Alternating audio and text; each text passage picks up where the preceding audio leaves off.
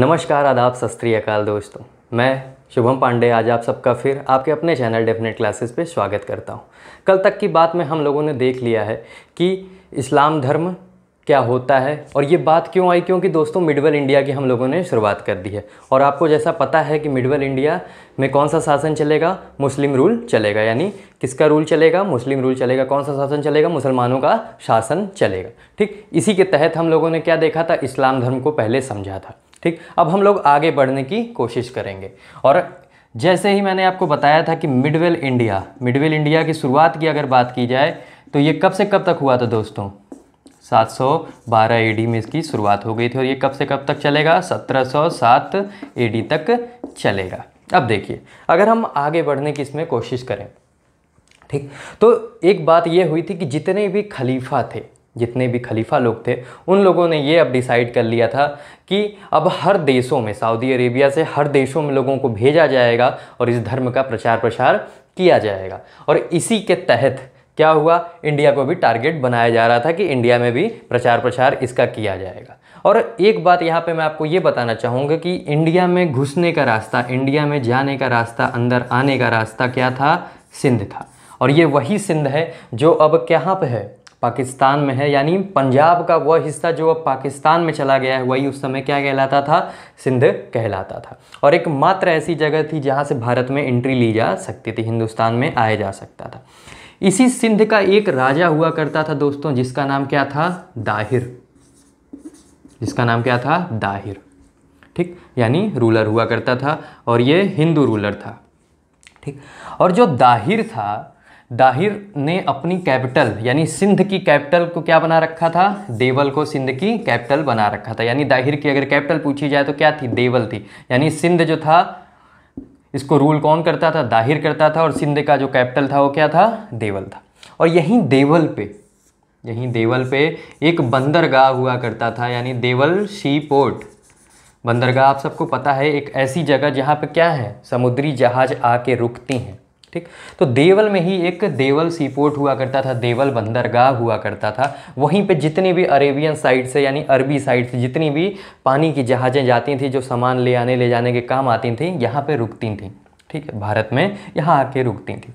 तो हुआ क्या एक बार कि जब यहाँ पे जहाज़ें अरब की तरफ से आके रुकी हुई थी, तो जो दाहिर के क्या थे, दाहिर के सैनिक थे, उन्होंने अटैक कर दिया देवल पे, यानी देवल सी पोर्ट पे अटैक किया। और जो जहाज़ें यानी देवल बंदरगाह पे अटैक करने के बाद जो भी जहाज़ें वहाँ रुकी हुई थी, उन पे क्या किया, कब्जा कर लिया। जितने भी उनमें सामान थे सब लूट लिया गया। ठीक, ये बात किसको पता चली, ये बात पता चली अल हजाज को। कौन था अल हजाज? ठीक, अल हजाज कौन था, ये सऊदी अरेबिया का उस समय का तत्कालीन शासक था। ठीक, तो अल हजाज ने क्या बोला, दाहिर से बोला। अल हजाज ने किससे बोला, दाहिर से ये बोला कि दाहिर आप एक काम करें, जो भी आपने चीज़ें की हैं, जो भी हम लोगों को नुकसान हुआ है, उस नुकसान का आप भरपाई अदा कर दें, हम कुछ नहीं आप पे करेंगे। और अगर आप ऐसा करने में असमर्थ हैं, अगर आप ऐसा कर नहीं सकते हैं, तो हम क्या करेंगे, आपके ऊपर अटैक कर देंगे। ठीक, और यही कारण बना, दाहिर ने इस बात को हल्के में लिया, दाहिर इस बात को सुना नहीं। और यही कारण बना कि अल हजाज ने क्या किया, सिंध पे अटैक करवाया। अब अल हजाज तो खुद आया नहीं अटैक करने, अल हजाज किसको भेज दिया, मोहम्मद बिन कासिम को। और यही कारण है कि मोहम्मद बिन कासिम क्या हुआ, सबसे पहला इन्वेडर माना जाता है, मुस्लिम इन्वेडर। ठीक, सबसे पहला मुस्लिम इन्वेडर अगर पूछा जाए तो कौन है, मोहम्मद बिन कासिम। यानी सबसे पहला घुसपैठिया जो कि अटैक किया था, आक्रमण जो किया भारत पे, वो कौन है, मोहम्मद बिन कासिम। ठीक, अब देखिए, अगर ये क्वेश्चन आता है कि मुस्लिम इन्वेडर, तब आप मोहम्मद बिन कासिम का जवाब लगाएंगे। ठीक, अब देखिए मोहम्मद बिन कासिम कौन था, मोहम्मद बिन कासिम अल हजाज का सेनापति हुआ करता था। ठीक है, यानी आर्मी चीफ हुआ करता था। अल हजाज पे कहने पे मोहम्मद बिन कासिम ने क्या किया, 712 एडी में क्या किया दोस्तों, देवल पे अटैक कर दिया। कहाँ अटैक कर दिया दोस्तों, देवल पे अटैक कर दिया। जैसे ही देवल पे अटैक किया, राजा उस समय वहाँ का रूलर कौन था, दाहिर था ही। दाहिर क्या हुआ, मारा गया। दाहिर क्या हो गया दोस्तों, मारा गया। अब जैसे ही दाहिर मारा गया, अब सबसे बड़ी बात आई कि अब कौन वहाँ पे शासन करेगा, तो अल हजाज ने ये कहा कि अब तुम मार ही दिए हो तो एक काम करो मोहम्मद बिन कासिम, तुम मेरे रखवाले बन के वहाँ पे मेरी तरफ से वहाँ पे रूल करना स्टार्ट करो। और यही कारण बना कि मोहम्मद बिन कासिम क्या किया, सिंध पे पूरे तरीके से कब्जा करेगा। कब्जा करने के बाद वहाँ क्या करना शुरू किया, रूल करना शुरू किया, शासन करना शुरू कर दिया। जैसे ही उसने शासन करना शुरू किया, उसने एक बात बोली। उसने क्या बात बोली दोस्तों? उसने ये कहा कि आप जो लोग हैं मेरे संरक्षण में हैं, यानी सिंध के सब लोग कहाँ पे हैं, इसके संरक्षण में हैं, मैं आपका क्या हूँ, रूलर हूँ। ठीक, आपको दो चीज़ें कंडीशन आपको मैं रखता हूँ, दोनों में से जो आपको पसंद आए आप चीज़ें कीजिए, आपको कोई दिक्कतें नहीं होंगी, आपके संरक्षण पे ध्यान रखा जाएगा। तो सबसे पहली चीज़ जो थी उसमें ये बोला गया कि आप जो है या तो मुसलमान धर्म कबूल कर लें, यानी इस्लाम धर्म आप कबूल कर लें, या तो दूसरी चीज़ आपको क्या करनी है दोस्तों, आप इस्लाम धर्म अगर कबूल नहीं करते हैं तो आपको क्या देना पड़ेगा, जजिया देना पड़ेगा। क्या देना पड़ेगा दोस्तों, जजिया। और जजिया क्या था, जजिया एक टैक्स था जो कि कौन लोग देते थे, जो जजिया यानी एक कर था, एक टैक्स था जो कि कौन लोग देते थे, काफिर लोग देते थे। कल के वीडियो में मैंने बताया है कि काफिर क्या होता है, काफिर लोग देते थे। काफिर वो यानी जो नॉन मुस्लिम्स थे, नॉन मुस्लिम्स को हम क्या कहते हैं, काफिर कहते हैं, यानी गैर मुसलमान को क्या कहा जाता है दोस्तों, काफिर कहा जाता है। लेकिन मोहम्मद बिन कासिम ने एक कंडीशन यहाँ रख दी। एक कंडीशन क्या रख दी दोस्तों, कि ये टैक्स तो नॉन मुस्लिम्स को देना है, लेकिन अगर आप महिला हैं, क्या है दोस्तों, महिला हैं या विकलांग हैं या ब्राह्मण हैं, तो आपको ये टैक्स नहीं देना पड़ेगा, यानी जजिया कर आपको नहीं देना पड़ेगा। और जो जजिया कर दिया जाता था वो कितना होता था, 1/2 से लेके 2/3 किसका, टोटल इनकम का, यानी पूरी आय का आपको 1/2 से लेके 2/3 तक क्या देना पड़ता था, कर देना पड़ता था। ये किसका नियम था, मोहम्मद बिन कासिम ने ये सबसे पहला नियम बनाया। आते ही आते इसने एक काम और शुरुआत की, इसने शुरुआत किया गोल्ड क्वाइंस। और अगर क्वेश्चन आता है दोस्तों कि सबसे पहला ठीक मुस्लिम रूलर या मुस्लिम शासक जिसने गोल्ड क्वाइन स्टार्ट किया था, तो किसका नाम आएगा, मोहम्मद बिन कासिम का आएगा। यानी सोने के सिक्के चलाने वाला सबसे पहला मुस्लिम कौन था, मोहम्मद बिन कासिम था। और जिस नाम से इस सिक्के को चलाया गया उसका नाम पड़ा दिरहम। दिरहम और दिरहम क्वाइंस के नाम से ये सिक्के चलने लगे। ठीक, और जो दिरहम है ये आज के डेट में करेंसी है यूएई की, यानी यूनाइटेड अरब इमिरेट्स की। आज के डेट में एक जानते होंगे आप, एक देश है उसकी आज भी ये दिरहम क्या है, करेंसी है। यानी दो चीज़ें इसने की आते ही, सबसे पहले जजिया लगाया। जजिया कौन से 3 लोगों पे नहीं लगा, ये सवाल पूछा जाता है, तो ब्राह्मणों पे नहीं लगा दोस्तों, दूसरा किस पे नहीं लगा, विकलांगों पे नहीं लगा, तीसरा महिलाओं पे नहीं लगा। और दूसरी चीज़ इसने क्या की, दिरहम क्वाइंस यानी गोल्ड क्वाइंस किस नाम से चलाया, दिरहम क्वाइंस नाम से चला दिया दोस्तों। अब यहाँ तक की तो बात ये हुई। एक काम इसने और किया, क्या किया दोस्तों, देखिए ध्यान से। जो तीसरा इसने काम किया, इसने यहाँ पे कैमल हस्बेंड्री यानी ऊँट पालन की प्रथा की शुरुआत कर दी। क्या कर दी, ऊँट पालन की प्रथा की शुरुआत कर दी। कैमल हस्बेंड्री यानी ऊँट पालन की प्रथा। ऊँट पालन की प्रथा अगर पूछी जाए किसने शुरुआत की थी, यानी कैमल हस्बेंड्री किसने शुरुआत की थी, तो कौन था, मोहम्मद बिन कासिम था। ठीक, अब ये सब जब बातें चल रही थी, ठीक, तो यहाँ पे जब ये रूल करने से पहले एक चीज़ इसने की थी कि जब ये दाहिर को मारा था, जब ये क्या किया था, दाहिर को मारा था, तो इनकी 2 बेटियां हुआ करती थी दाहिर की। तो उन दोनों बेटियों को उसने क्या किया था, अल हजाज के पास भेज दिया, सऊदी अरबिया भेज दिया, और बोला कि अल हजाज आप अपने दोनों बच्चों से यानी दोनों बेटों से इन दोनों की शादी करा दो। ठीक, यहाँ तक की कहानी अभी समझते रहिएगा। ये जैसे बोला वहाँ पे दोनों लड़कियाँ दाहिर की पहुँच चुकी थी। अब दाहिर का जो था, ठीक, दाहिर की जो दोनों बेटियां थी वो अल हजाज के कान भरना शुरुआत की। और उन्होंने क्या किया, अल हजाज को थोड़ा सा भड़काया। भड़काना धीरे धीरे शुरुआत होने लगा था। इधर ये सब चीज़ें चल रही थी, लमसम 2 साल चीज़ें चलेंगी। ठीक, इधर ये भड़काना शुरू की। ठीक, भड़काने के साथ उन्होंने क्या बोला कि आप अपने बेटों से हम लोगों की शादी करने जा रहे हो, लेकिन क्या है, हम लोग की जो आबरू थी वह पहले ही क्या हो चुकी है, लुट चुकी है। कौन लूटा है, मोहम्मद बिन कासिम लूट चुका है। अब इसका हुआ दिमाग खराब अल हजाज का। ठीक, ठीक। और इधर ये सब चीज़ें चल रही हैं, ये सब चीज़ें चल रही हैं, इसने बहुत सोच विचार की, फिर उसने ये डिसाइड करेगा, आगे चल के इस बारे में बात करेंगे। इस बात को यहाँ बताना क्यों जरूरी था, क्योंकि आप ये समझ लिए कि दाहिर अभी पूरे तरीके से ख़त्म नहीं हुआ है, इसका रूल कैसे ख़त्म होगा भारत में, ठीक, इस चीज़ को बताना जरूरी था। तो यहाँ पे कैमल हस्बेंड्री हुई। अब देखिए ऊँट पालन के साथ इसने एक चीज़ और कर दी। आप जानते होंगे सबसे ज़्यादा अगर खजूर कहीं का फेमस है, सबसे अच्छे क्वालिटी का खजूर कहाँ पे होता है, तो आपको सबको पता है कि सऊदी अरेबिया में होता है। और ये जो यहाँ पे खजूर की खेती होने की शुरुआत किसने कराई, मोहम्मद बिन कासिम ने। और ये कहाँ रूल कर रहा था दोस्तों, सिंध पे रूल कर रहा था। यानी सबसे पहले अगर पूछा जाए कि भारत में खजूर की खेती सबसे पहले कहाँ हुई, तो आप बोलेंगे कहाँ हुई, सिंध में हुई। और खजूर को ही इंग्लिश में क्या बोलते हैं दोस्तों, डेट्स बोलते हैं, ठीक है।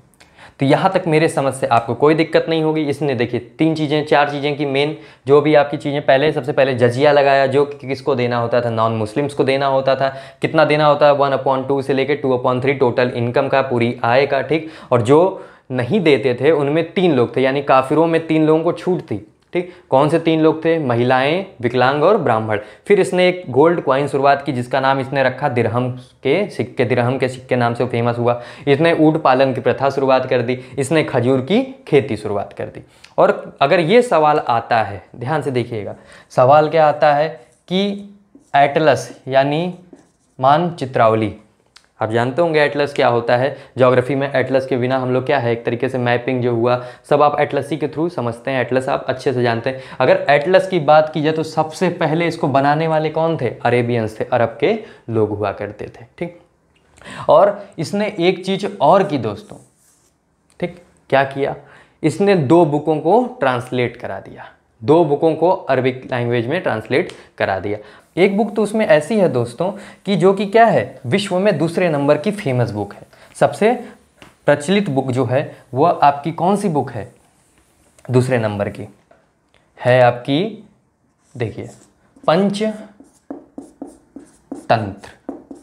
जो कि किसके द्वारा लिखी गई है दोस्तों, पंचतंत्र किसके द्वारा लिखी गई है, विष्णु शर्मा द्वारा। और ये गुप्ता काल में हुआ करते थे, ठीक। विष्णु शर्मा द्वारा क्या लिखी गई, पंचतंत्र लिखी गई।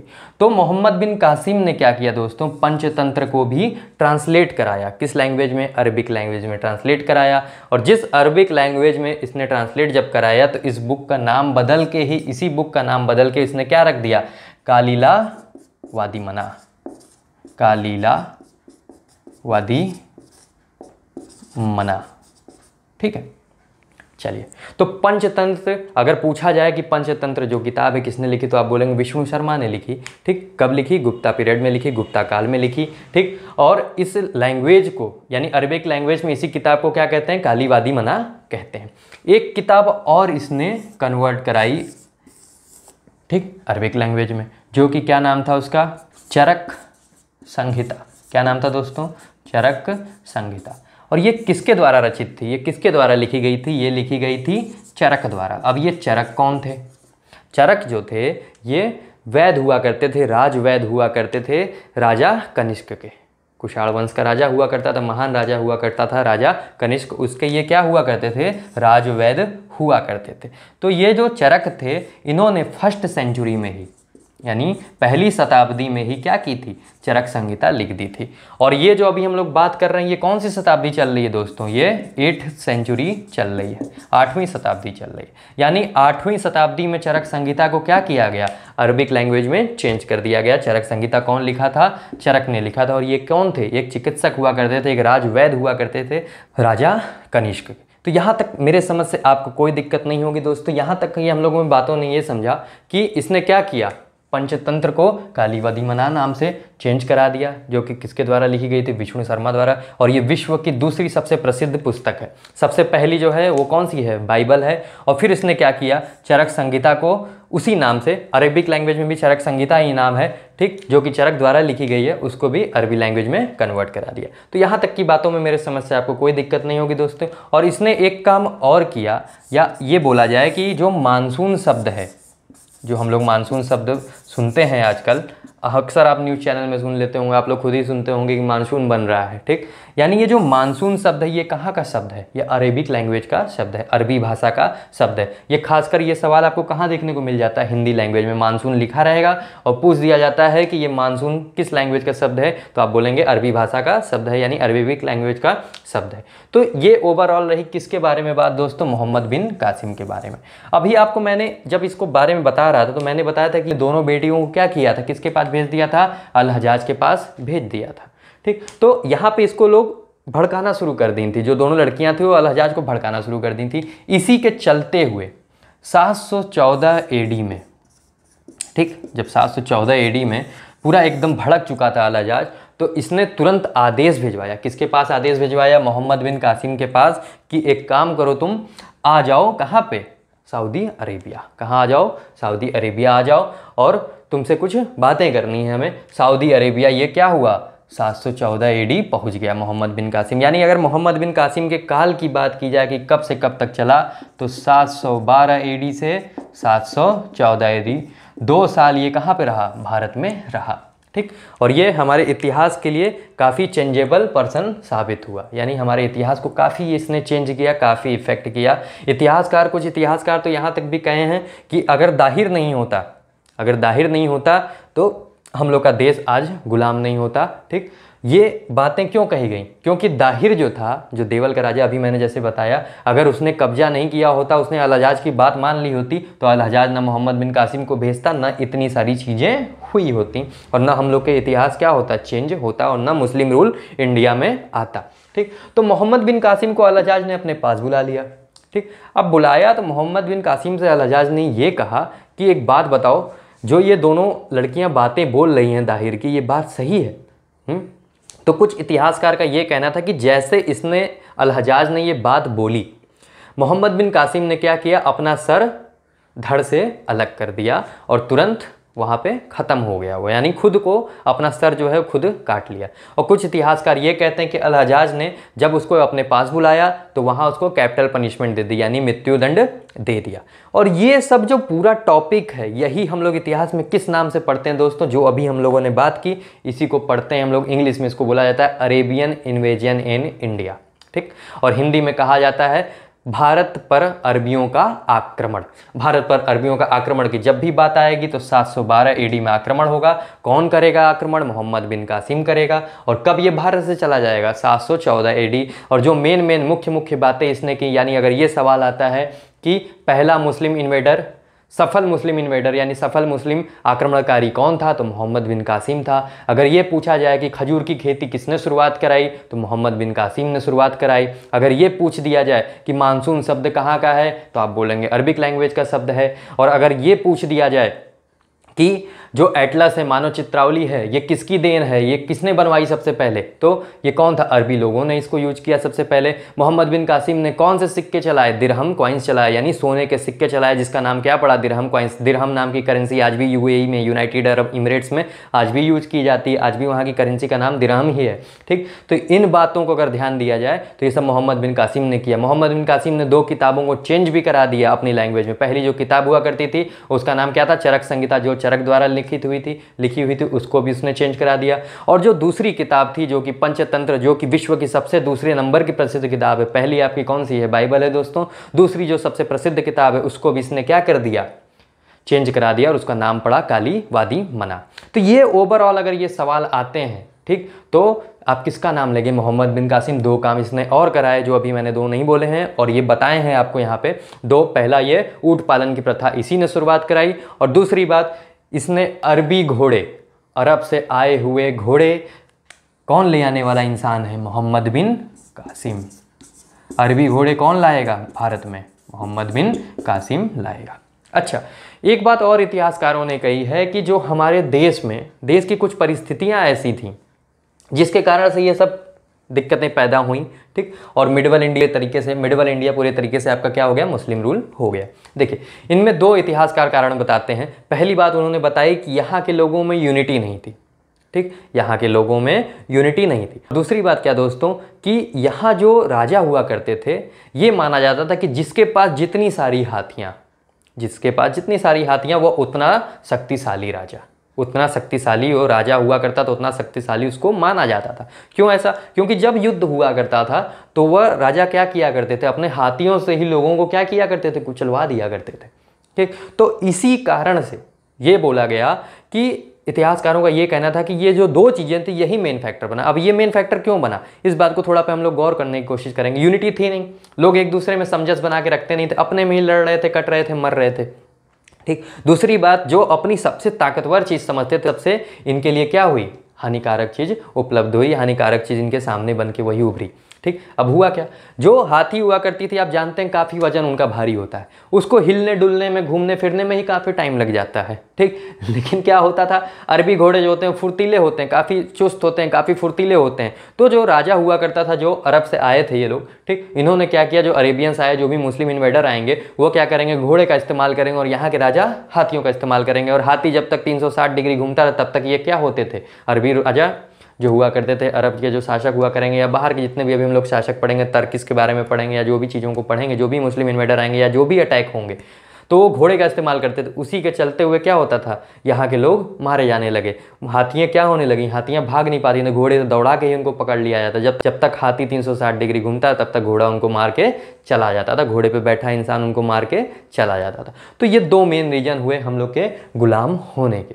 ठीक, इतिहास में ये सब चीज़ें दर्ज हैं। और ये रही पूरी बात मोहम्मद बिन कासिम के बारे में। और इसी के साथ हम लोग का एक मेन इंपॉर्टेंट टॉपिक अरबियों द्वारा भारत पर आक्रमण खत्म भी हो जाता है दोस्तों। और जो हम लोग को आगे अब बात करनी है, वो बात करनी है टर्किश इन्वेजन इन इंडिया, यानी तुर्कों द्वारा भारत पर आक्रमण। अब ये जब आक्रमण होगा तो दो लोगों का नाम आएगा दोस्तों, एक आएगा महमूद गजनवी और दूसरा आएगा मोहम्मद गौरी।